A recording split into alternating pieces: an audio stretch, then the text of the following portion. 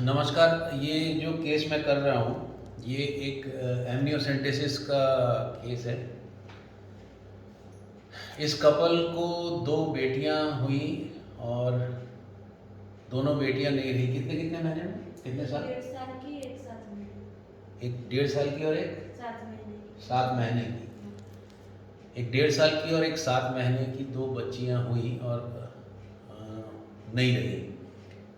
जब पता चला, दूसरी बच्ची में पता चला ना, जब उसका इलेक्ट्रोफोरेसिस किया हीमोग्लोबिन का, तो पता चला कि वो थैलेसीमिया मेजर से ग्रसित थी। और इसका मतलब पहली वाली भी थैलेसीमिया मेजर से ग्रसित थी। इनका ब्लड टेस्ट हुआ, उसमें इलेक्ट्रोफोरेसिस से पता चला कि हस्बैंड वाइफ दोनों थैलेसीमिया के कैरियर हैं। अब ये एक नई प्रेगनेंसी लेके आई है, ये जानना चाहती है कि मेरे इस बच्चे में थैलेसीमिया है कि नहीं। उसके पहले थैलेसीमिया का कौन सा प्रकार है म्यूटेशन का, उसकी जांच एक ट्रियो एनालिसिस में हस्बैंड वाइफ का हमने पहले ही कर लिया। आपकी भी रिपोर्ट आ गई है। दोनों म्यूटेशन अलग अलग हैं पर दोनों कैरियर हैं। अभी ये जो आप देख रहे हो ये एक प्रेगनेंसी है और इस प्रेगनेंसी में ये जो पानी है उस पानी को मैं निकालूंगा, उसमें बच्चे के सेल्स होंगे।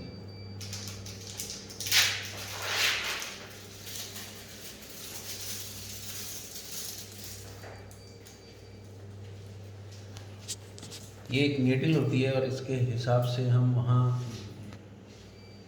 मैं बोलूँगा ऐश्वर्या को कि यहाँ भी फोकस करना है।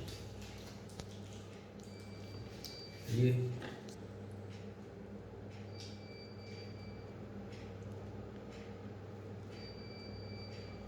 नीडल जाती दिखेगी, ये दिख गई।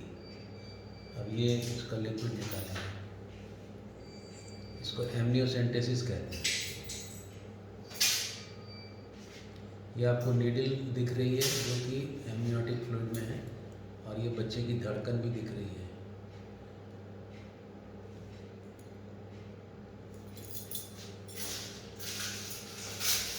मुद्दे की बात यह है कि जो मैं बोलना चाहता हूँ कि थैलेसीमिया, सिकल सेल एनीमिया, बहुत सारे जेनेटिक डिसऑर्डर को रोका जा सकता है। थैलेसीमिया में ज़रूरी नहीं कि हर बार बच्चा थैलेसीमिया मेजर लेके पैदा हो, पर यदि हस्बैंड वाइफ कैरियर है, पहले बच्चे में थैलेसीमिया मेजर तक बीमारी होके बच्चे की डेथ हो चुकी है, कई बार बच्चा जीवित रहता है। ये जो आप लिक्विड देख रहे हो ये लिक्विड एमनियोटिक फ्लूइड है।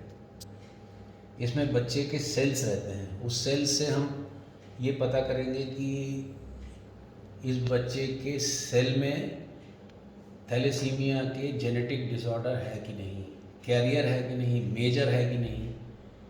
उस हिसाब से ये प्रेगनेंसी को कैरी करना नहीं करना वो डिपेंड करता है। थैलेसीमिया जब भी हम बोलते हैं तो ब्लड टेस्ट करके लोग बता देते हैं कि इलेक्ट्रोफोरेसिस से थैलेसीमिया है, पर थैलेसीमिया का कौन सा प्रकार है, थैलेसीमिया के बहुत सारे प्रकार भारत में मौजूद हैं, वो प्रकार जानना बहुत ज़रूरी है। अदरवाइज़ आप गर्भस्थ शिशु को ये जान नहीं सकते कि उसमें किस प्रकार का थैलेसीमिया है। इसके लिए ज़रूरी है कि जो हस्बैंड वाइफ है उनके थैलेसीमिया का डायग्नोसिस तो हो जाता है। जैसे फ़ोन ख़राब है, फ़ोन का कौन सा बटन ख़राब है वो जानना बहुत ज़रूरी है, वैसे ही ये पानी निकल गया है और ये हम उधर दिखाइए तो मैं नीडल भी निकाल लेगा। ये नीडल निकलती ही जा रही है। पेशेंट को कोई ज़्यादा प्रॉब्लम नहीं होती और प्रोसीजर करने के बाद ये देख लीजिए बच्चे की धड़कन दिख रही।